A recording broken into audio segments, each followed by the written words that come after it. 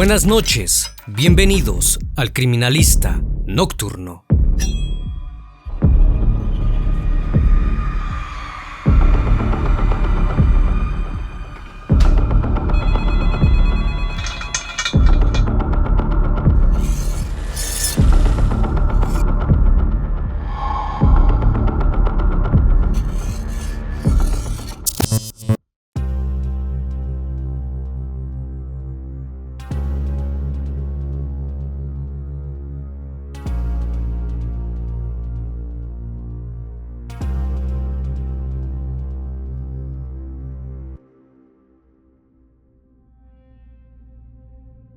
A principios del año 1996, la Guardia Nacional Ucraniana llevaba meses intentando capturar a un siniestro asesino. Él mismo se había cobrado la vida de más de 40 personas en tan solo 6 meses. Sin embargo, parecían no tener ni una sola pista. Lo único que sabían era que se trataba de un hombre que viajaba de manera itinerante por el sur de Ucrania, asaltando propiedades. Terminaba tanto con niños como con adultos. No tenía piedad alguna. Toda la población se encontraba en un estado total de pánico. Los agentes estaban a punto de darse por vencidos, hasta que en abril de ese mismo año recibieron una llamada por demás reveladora. Un joven de la localidad de Zhytomyr había descubierto en la casa de su primo Anatoly Onoprenko un centenar de objetos hurtados y varias armas de fuego. Pero eso no era todo. Había confrontado a su familiar, diciéndole que lo entregaría a la policía. Como respuesta, recibió una advertencia terrible. Decenas de agentes se dirigieron rápidamente a la región de donde provenía el llamado, para salvar a la nueva posible víctima del apodado Terminator de Ucrania. Solo tenían una hora para cazarlo. Si no llegaban, otra casa ardería en llamas, con su dueño dentro. El Criminalista Nocturno. Anatoly Onoprenko nació el 25 de julio de 1959 en la localidad ucraniana de Zhytomyr, que en ese momento era parte de la Unión Soviética. Desde el primer momento, la vida de Anatoly estuvo plagada de horrores. Cuando tenía tan solo 4 años, su madre, la única persona en el mundo que le prestaba atención, falleció. Esto le causó un inmenso dolor. Quedó al cuidado de su padre y su hermano. Lejos de asistirlo, los dos hombres se la pasaban bebiendo alcohol.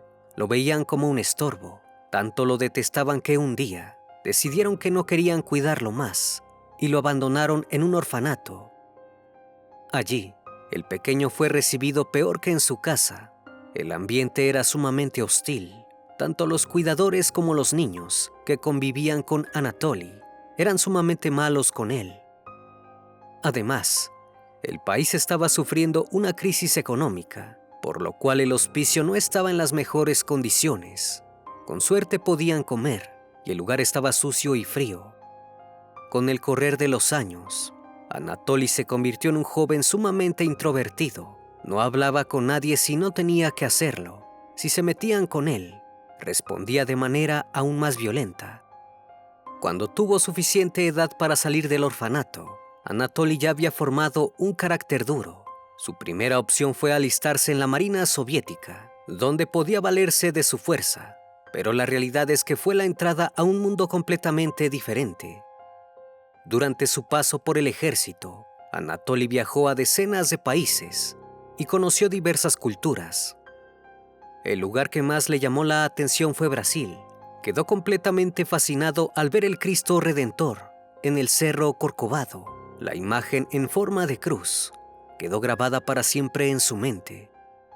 Para cuando concluyó su tiempo en la Armada, Anatoly se había convertido en un hombre musculoso y atlético. Se asentó en la ciudad de Dnipro y buscó empleos acorde a su físico. Primero fue bombero y luego peón en diferentes obras. Sin embargo, su verdadera fuente de ingresos era otra.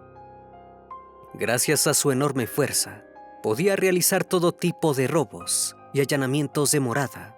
El crimen se había vuelto el elemento que regía toda su vida. Al principio, Esto solo funcionaba como un ingreso extra. Anatoly era considerado un ladrón de poca importancia, pero todo cambió cuando en 1989, durante una de sus visitas al gimnasio, conoció a Sherry Rogosen. El hombre, que era tan corpulento como él, le propuso hurtar casas en conjunto para quedarse con motines aún más grandes. Anatoly no dudó en aceptar su invitación. Ejecutaban los crímenes a la perfección, entraban a las viviendas, inmovilizaban a los dueños y tomaban todas las joyas y el dinero que tuviesen a su alcance. Luego se marchaban. Solo había un problema: la inminente posibilidad de que los descubrieran. Anatoly decidió ir más lejos. Le propuso a Sherry que lo mejor era deshacerse de los posibles testigos. En el siguiente crimen, no solo entraron a la casa para robar, sino que también le prendieron fuego. Aquel plan salió a la perfección. Anatoly y Sherry siguieron aplicando ese método en los hogares de sus víctimas. Así fue como se cobraron la vida de 9 personas en tan solo un año. No obstante, contrariamente a su plan, el saldo de decesos tan cercanos temporalmente y en la misma región llamó la atención de la policía soviética. Sin tener ninguna pista concreta, comenzaron a buscarlos. Anatoly le propuso a Sherry que tomaran caminos separados y emprendió un viaje por toda Europa. Vivió un tiempo en Austria, Grecia, Francia y Alemania. Jamás abandonó la vida de delincuente. Era lo único que lo hacía feliz. Todo parecía salirle bien al joven ucraniano, hasta que durante su estadía en Alemania fue atrapado por la policía. Allí pasó 6 meses encarcelado, hasta que a finales de 1995 lo deportaron y tuvo que volver a su país de origen.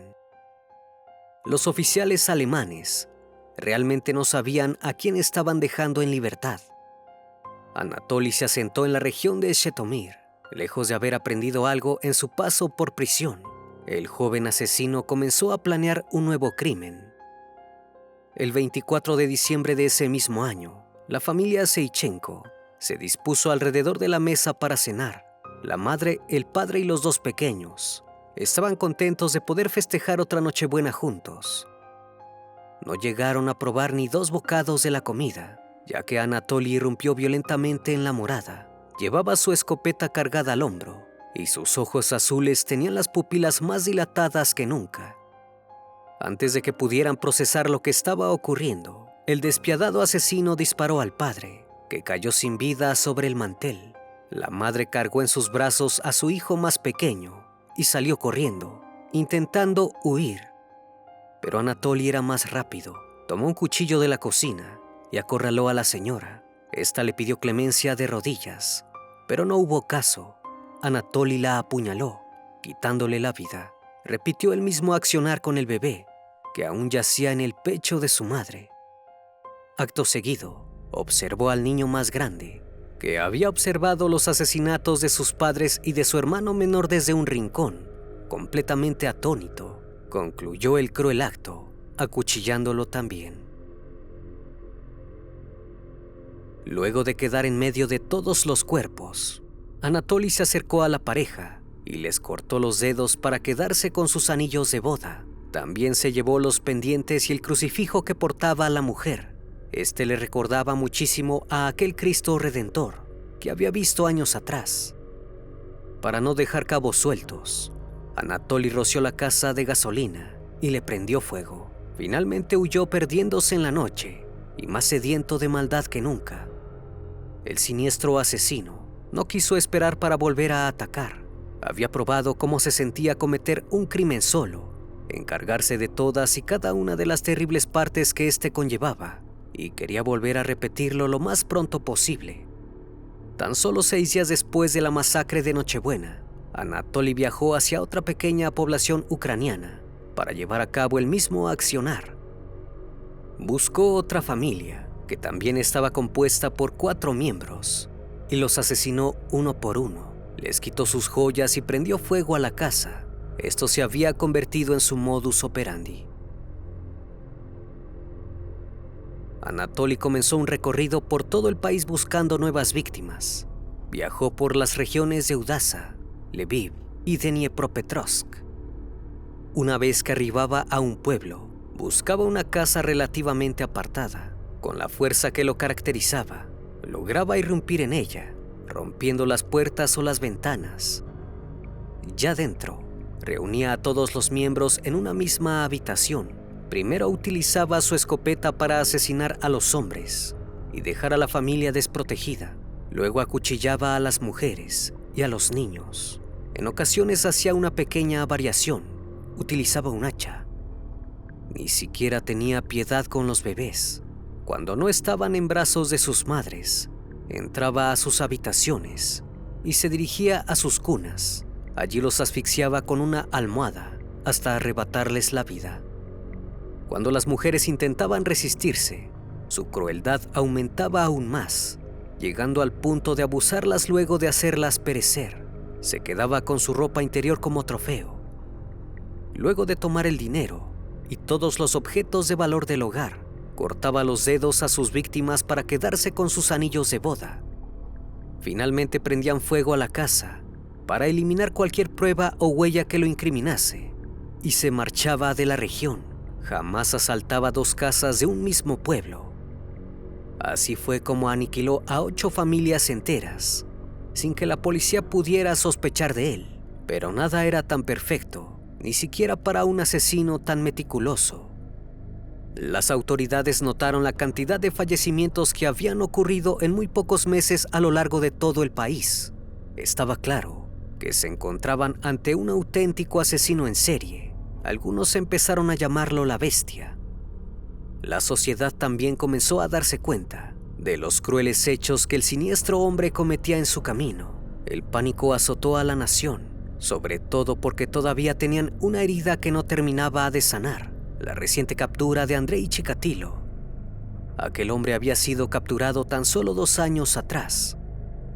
Fue el responsable de arrebatar la vida de 53 personas, casi el mismo número que llevaba Anatoly hasta ese momento. Pero había una diferencia crucial. Andrei había tardado más de 12 años en ejecutar esa cantidad de crímenes, mientras que Anatoly lo había hecho en tan solo 6 meses. Es por eso que la prensa lo apodó el Terminator de Ucrania y el exterminador. También discernían en el móvil de sus asesinatos.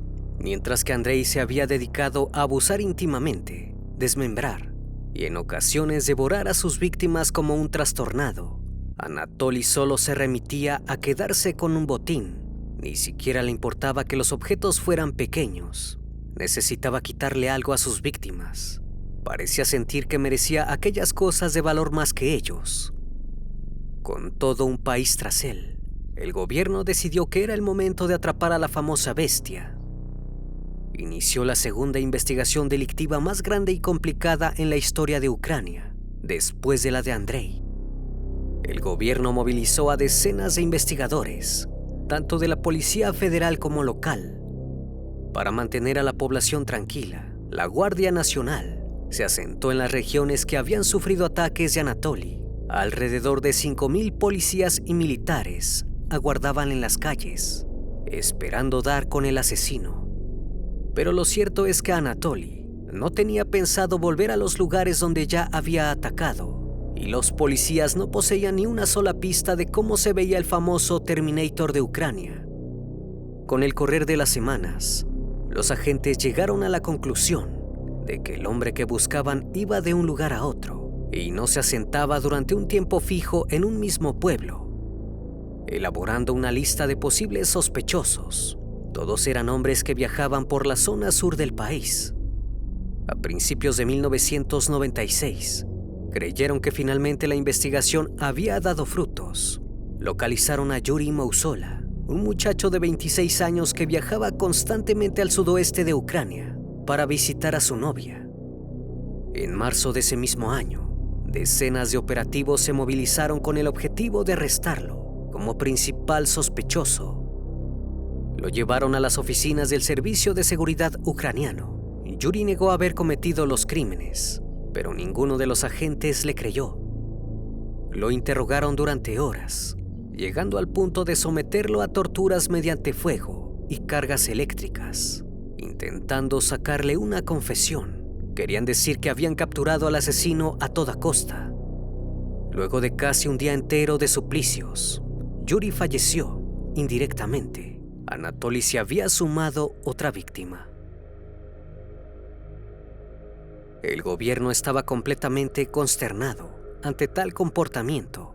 Los 7 policías que habían asesinado a Yuri fueron condenados y enviados a prisión.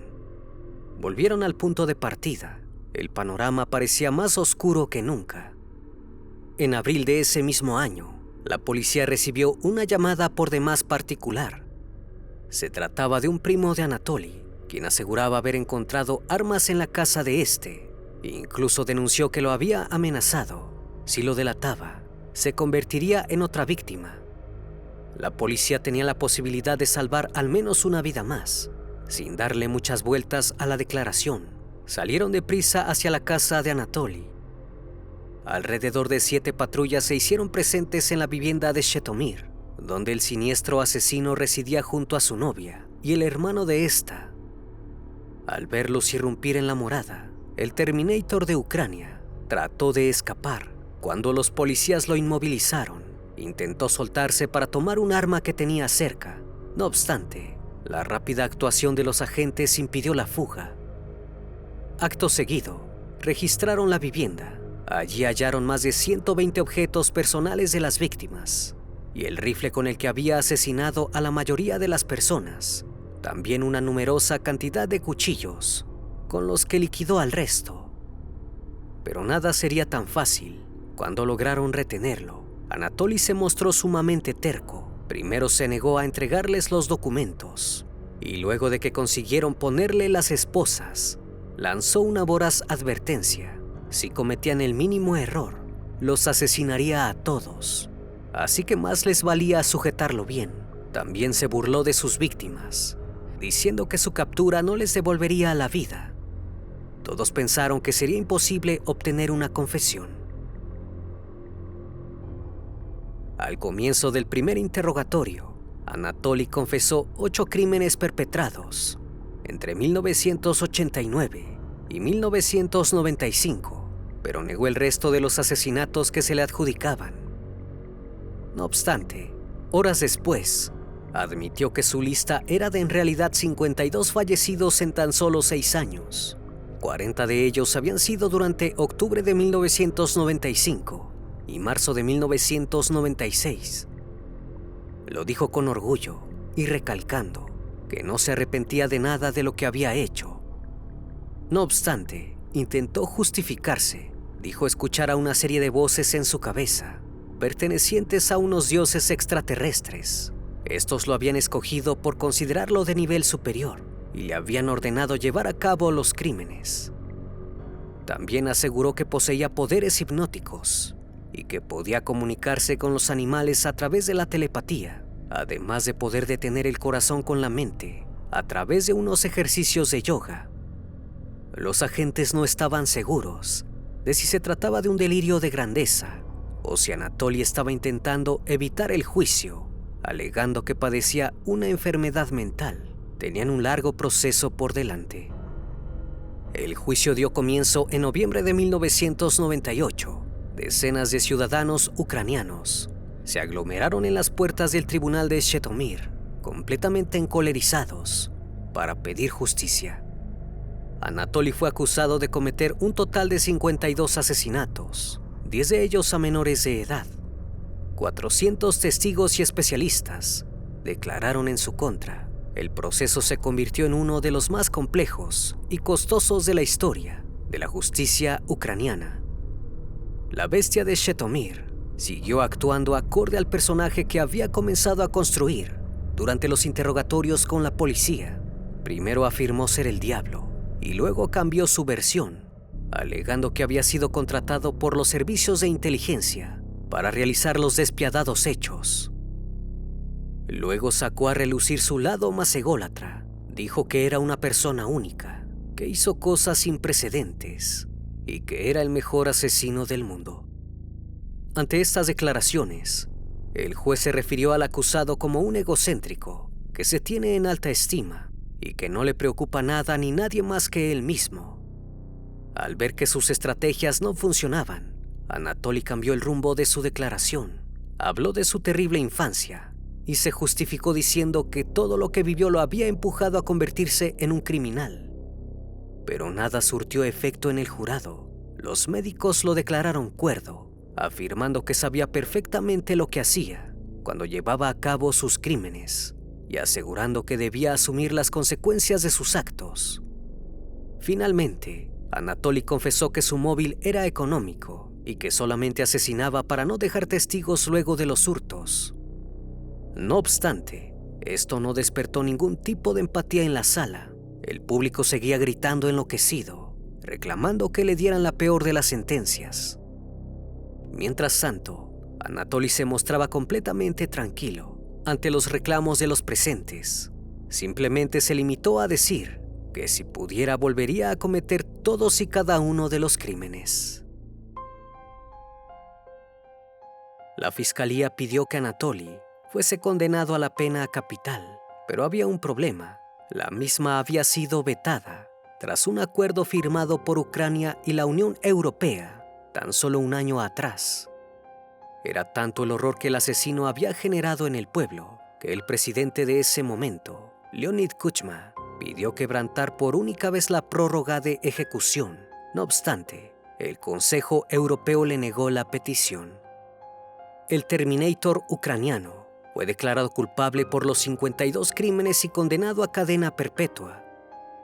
Sherry Rogesen, el ex amigo y secuaz de la bestia, también fue sentenciado por complicidad en los primeros 9 asesinatos.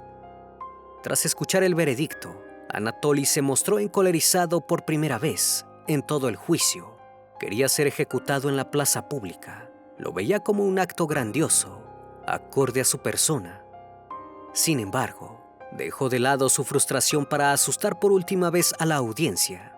Aseguró que cuando saliera de la cárcel, su deseo de asesinar seguiría vigente e iniciaría una cacería 10 veces peor.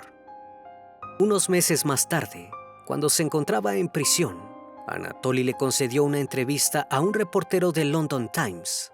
Se mostró ansioso por salir de la cárcel. Ya tenía planeada su primera emboscada. Atraparía al primer hombre que se le cruzara y lo colgaría de sus partes íntimas en un árbol. También aprovechó para afirmar que jamás había sentido pena por ninguna de las personas que asesinó. No los odiaba, le causaban indiferencia. Quitar vidas era lo más natural del mundo. El siniestro hombre seguía dando tanto miedo encerrado como lo había dado cuando estaba suelto en las calles de Ucrania. No obstante, jamás pudo llevar a cabo su plan.